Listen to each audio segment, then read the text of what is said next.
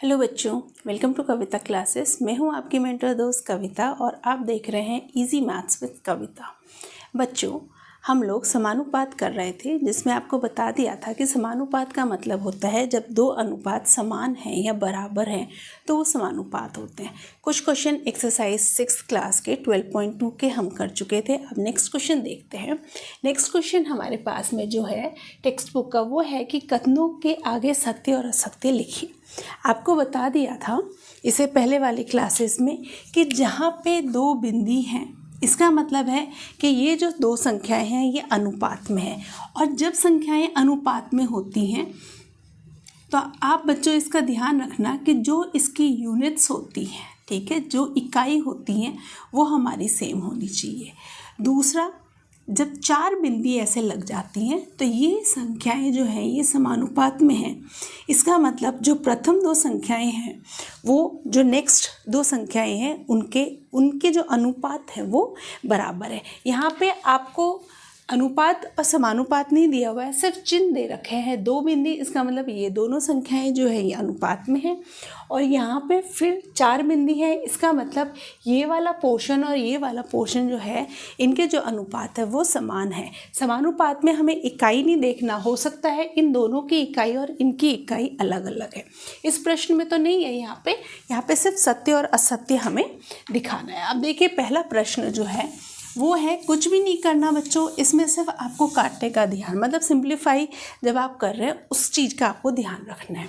कैसे करेंगे देखिए। 16 पहले इन दो संख्याओं को जो ये है इसको सिंप्लीफाई करेंगे, फिर इसको सिंप्लीफाई करेंगे और फिर कंपेयर करेंगे कि अगर दोनों का अनुपात सेम है इसका मतलब समानुपाती है, ये प्रोपोर्शन में है।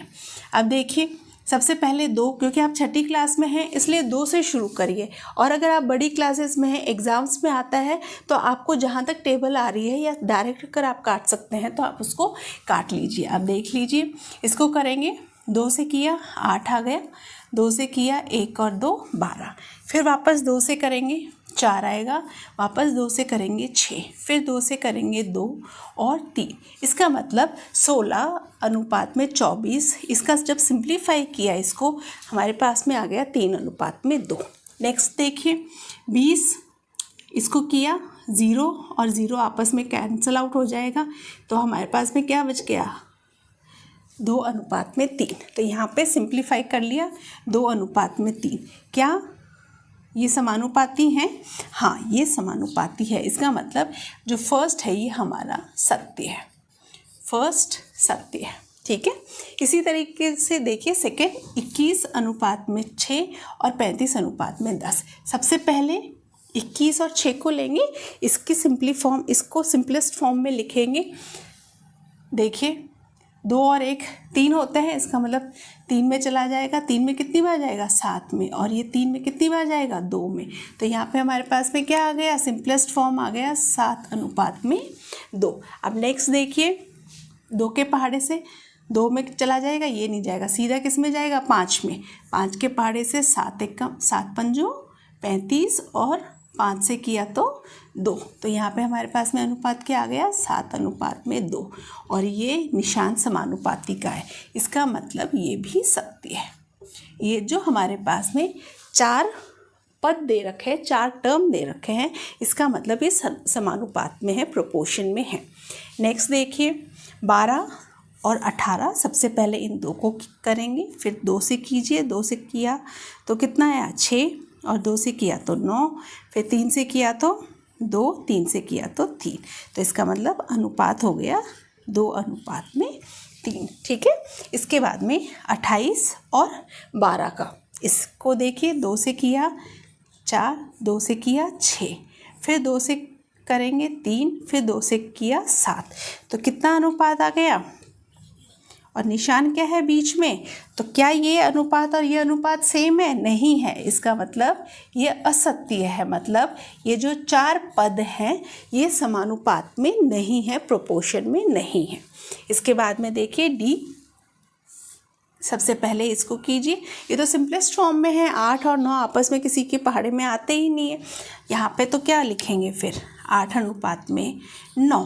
अब इसका देखिए 24 किससे चला जाएगा, 3 से कैंसिल आउट हो जाएगा, कितने में, 8 में, और कितने में, 9 में। तो यहाँ पे क्या आ गए हमारे पास में, समानुपात हो गए 8 9 और 8 9। इसका मतलब ये जो 4 पद हमें दे रखे हैं ये समानुपात में हैं, जिसमें जो प्रथम 2 पद हैं वो अनुपात में हैं और जो नेक्स्ट लास्ट के 2 पद हैं वो अनुपात में हैं और फिर मिलके ये समानुपात में। इस तरीके से इन क्वेश्चंस को करते हैं। 2 क्वेश्चन और है इस एक्सरसाइज के, उसको और करते हैं। देखिए बच्चों, इसी एक्सरसाइज में सेकेंड क्वेश्चन का ई पार्ट है।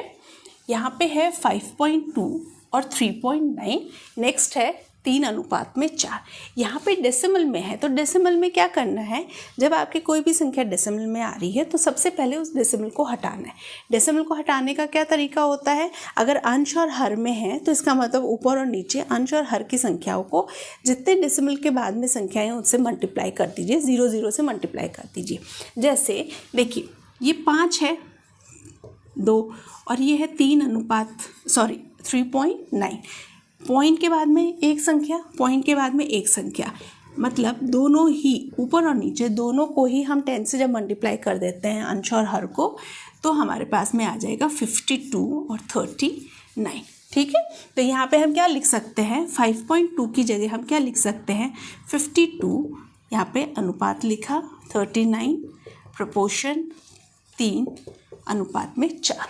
अब देखिए 39 और 52, 39 डिविजिबल है, 52 आपका किसी से भी भाग में, मतलब आपस में ये लोग सिंप्लीफाई करेंगे तो कीजिए आप ना, 2 से ये चला जाएगा, ये 2 से नहीं जाएगा, 3 से ये चला जाएगा, ये नहीं जाएगा, 5 से जाएगा नहीं, 6 से नहीं जाएगा, तो 39 और 52 एक साथ किसी की भी टेबल में नहीं आते हैं। तो यहाँ पे हमारे पास में क्या देख लिया, क्या ये समानुपात में है, तो ये समानुपात में नहीं है, इसका मतलब ये जो संख्याएँ हैं ये असत्य है। ठीक है, इसके बाद में देखिए F लास्ट क्वेश्चन है, यहाँ पे भी वही है, डेसिमल में है, तो डेसिमल में देखिए 0.9 और यहाँ पे 0.36। अब यहाँ पे तो हमने 10 से मल्टीप्लाई किया था क्योंकि पॉइंट के बाद में सिर्फ एक संख्या है, पॉइंट के बाद में एक संख्या है। यहाँ पे पॉइंट के बाद में एक संख्या है पर पॉइंट के बाद में 2 संख्या है, तो यहाँ पे हम ध्यान रखेंगे कि अंश और हर को हम 100 से मल्टीप्लाई करेंगे। ठीक है, क्यों, क्योंकि कंप्लीटली हमको डेसिमल हटाना है। अगर सिर्फ 10 से मल्टीप्लाई किया, देखिए अगर सिर्फ 10 से किया तो यहाँ पे कितना आ जाएगा, यहाँ पे तो 9 आ जाएगा, पर ये डेसिमल यहाँ पे शिफ्ट हो जाएगा और ये हो जाएगा 3.6। इसका मतलब कोई फ़ायदा नहीं हुआ हमारा, इसलिए क्या करेंगे, अंश और हर को 100 से मल्टीप्लाई करेंगे, यहाँ पे हो जाएगा 90 और यहाँ पे डेसिमल शिफ्ट हो जाएगा 36 के बाद में, ये हो जाएगा 36। ठीक है, अब देखिए वापस से लिख लीजिए ये, और हो गया 10:4। अब इसको कैंसिल आउट कीजिए, 9 से करेंगे सीधा, 9 से करेंगे तो 10 आ जाएगा और 9 से करेंगे तो कितना आएगा, 4 आएगा। ठीक है, यहाँ पे देखिए आगे 2 से करेंगे 5 आएगा, 2 से कीजिए 2 आ जाएगा, इसको भी डेसिमल 5 आ जाएगा, इसको डिवाइड करेंगे तो यहाँ पे क्या आ जाएगा, इसका अनुपात कितना होगा, 5:2 समानुपात में 5:2।